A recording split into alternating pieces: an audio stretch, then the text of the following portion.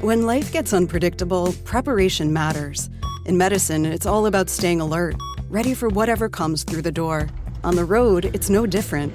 That's why Volvo designs vehicles to help anticipate risk, reduce harm, and protect lives. The Volvo XC90's advanced safety systems inspire confident decisions wherever the road takes you. The Volvo XC90, for life. Proud sponsor of the Pit Podcast. Learn more at volvocars.ca/safety. Well, I hate to bring it up, but I got to bring it up. It's tax time. Officially, we're underway. The 2025 tax filing season kicked off yesterday. Going to have yourself, about 9 weeks to get everything done. April 30th, your deadline, at least for most taxpayers. So we thought, because there are changes every year, I'm not sure what they are this year. Harvey Bienenstock, our resident CPA, will tell you everything you need to know. Harvey, thank you for coming back. So let's start with, first of all, I'd like to kind of work back to front. Are there any major changes this year? Well, very few. In fact, the biggest change was that they reduced the tax rate on the first tax bracket of income up to $57,000, went from 15% to 14%. So the first tranche of income that you pay tax on is 1% less. But since the change came in halfway through the year, you're only going to get 0.5% benefit for 2025 and not the full 1%. Okay, so that's one sort of step right off the top. I mean, that's a good thing, I guess, right? Not a bad thing. That's a good thing because, they give people money. But other than that, there aren't very many changes. They give money under Canada disability benefits. They raise the old age pensions. They raise the GST credits. Basically, there's a lot of non-tax benefits that you get by filing a tax return.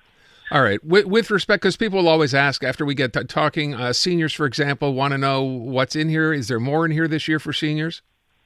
Well, what they get is indexation. So what their pension goes up by inflation, their guaranteed income supplement goes up, the GST credits go up, the personal exemptions go up, the basic and the old age exemption. So they end up doing pretty well. And, you can get the supplement up to like $27,000 of income. So it's basically they do very well because let's face it, they vote. The other thing I'd point out is that we're now in RRSP season, and everybody gets seduced by the fact that if you put money in, you're going to save taxes.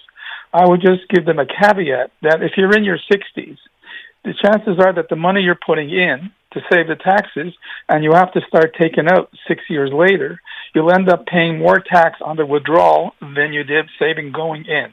Because there's a clawback. So that if you figure you're going to have like a $1.5 million RSP, you're forced to take out 5.5%. So that's like $80,000 plus your old age pension, plus your Quebec pension. You could well be over 93, in which case you lose your, you pay the tax plus you lose your old age pension.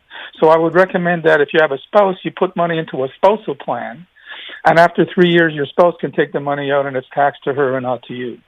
So that's the first thing on an RSP. The other thing is that the best vehicle by far is this tax-free savings account, where you put money in and all the money you make in that account is tax-free. So whether you make interest, dividends, capital gains, you can pull it out tax-free, and you can pull it out and put it back in as you need it. And the maximum contribution, the cumulative contribution for 2026 is $109,000. So if you have money lying around, the best thing is to set up a TFSA and then just, invest on that basis. And the other benefit is this first home savings account that the government put in about a year ago, where you can put away $8,000 a year to a maximum of $40,000, which is like a TFSA, tax-free on the income and on the withdrawal, but you got to buy a home within 15 years. So that's basically it. And the other caveat I would say that they get you on other forms. Like on trust, you have to file a Schedule 15, naming the beneficiary, failing which you get penalized. And you also have this cash grab form on the feds called the T1135, where you have to declare your foreign assets. And by foreign assets, they include American stocks in your Canadian brokerage account. So if you have a stock brokerage account and you buy American stocks like Microsoft or Google, those qualify as foreign assets, even though they are held in Canada with a Canadian broker. And if you don't declare them, there's a penalty of 10% of the value of your account. So you've got to be careful that you file that form if your cost is over $100,000, failing which you're going to be penalized. And the upshot is Quebec has now instituted for this year the same form, called a T1079.8, which again mirrors the federal form. So if you somehow think that you've got American stocks in your Canadian account and you're exempt, Be very careful. Well, wait, if that's the case, first of all, clarify, you said 100 grand or over, that's where it kicks in? No, if your cost is over 100. If your cost is over 100, yeah, okay. So if you put in 100 grand a few years ago and you never added to it and it's worth a lot more money now, then you really are exempt. Then the other issue would be if you're getting a statement from your brokerage, it's going to show that you hold those stocks, so it's there not for you to forget, right? They're there already based on what you already hold. Yeah, but the upshot is that the Fed Fed revenue gets the same statement. So whatever you get from your broker, the Feds have got the T5s, right, the T3s, the T508s. They know everything already. Why you have to duplicate this and send them another form and worry about it is just beyond me. I think it's just a cash grab in case you forget. Okay, so you're getting whacked from Quebec and from the Feds this year. Yeah, that's right. Different. So now you're looking at it. If you don't penalize, it's 20% of the value of your investment each year. What else do we need to be aware of? Anything else? As far as I know, no, there's just, those are the high points. Again, tax-wise, there are, all minor tweaking, like if you expend money to adapt a home for seniors, right, if you support seniors, you get all kinds of different credits, whether they're applicable or not. I would recommend that if anyone does their own tax return, they should go and either buy their TurboTax program or use the UFile program. It only costs like about $35, and when you fill in the information, it prompts you. What all of these credits, did you forget about this? Did you add this? Did you consider this? Okay. Did you file for the solidarity credit? All these things that come up. Okay. Is there a home reno credit back in the program this year? No. Do you know? No. Nothing. There used to be, but many years ago, like around 15 years ago, not anymore. If you adapt for seniors, there's a credit. Like if you have a ramp or you adapt a bathroom to adapt for seniors, you will get credit for the expenditures.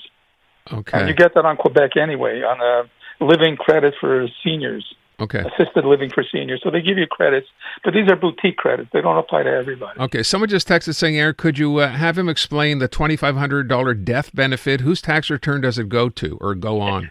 It goes on the person who paid the funeral expenses, which is usually the beneficiary. Okay. Usually it goes on the estate of the deceased, but since it's received after the person died, it's got to be included in somebody else's return. And that's usually the person who got the money in the will or the person who paid the funeral expenses, that's the one who gets to include the $2,500. Okay. Last question. I think I asked you this last year, but with respect to taking your pension, what's this sort of current school of thought on that? Wait as long as you can. Wait. I think you said, what, if you're able to collect a pension at 65, get it then and don't wait? Actually, you get it at 60. Again, if you wait, you will get more money. But then you're not. So if you wait to 65, let's say you qualify at 60. Mm-hmm. So you're going to get the pension 5 years earlier, and you're going to be penalized around 35%. So you're going to be getting 65% of your pension, but you're getting it 5 years earlier. So you're getting money over 5 years. Also, you're getting money when you can use it, because if you get it after 65, who knows what you're going to pay it to. Also, when it raises the income, you're going to be paying tax on that also.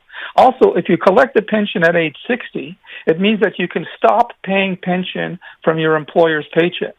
It used to be that if you kept working and were collecting a pension, you'd have to keep contributing to the Quebec pension plan, which is around $4,600 a year, and your employer pays the same thing. That's around over $9,000, and there's a second contribution as well. So you're pushing around $10,000.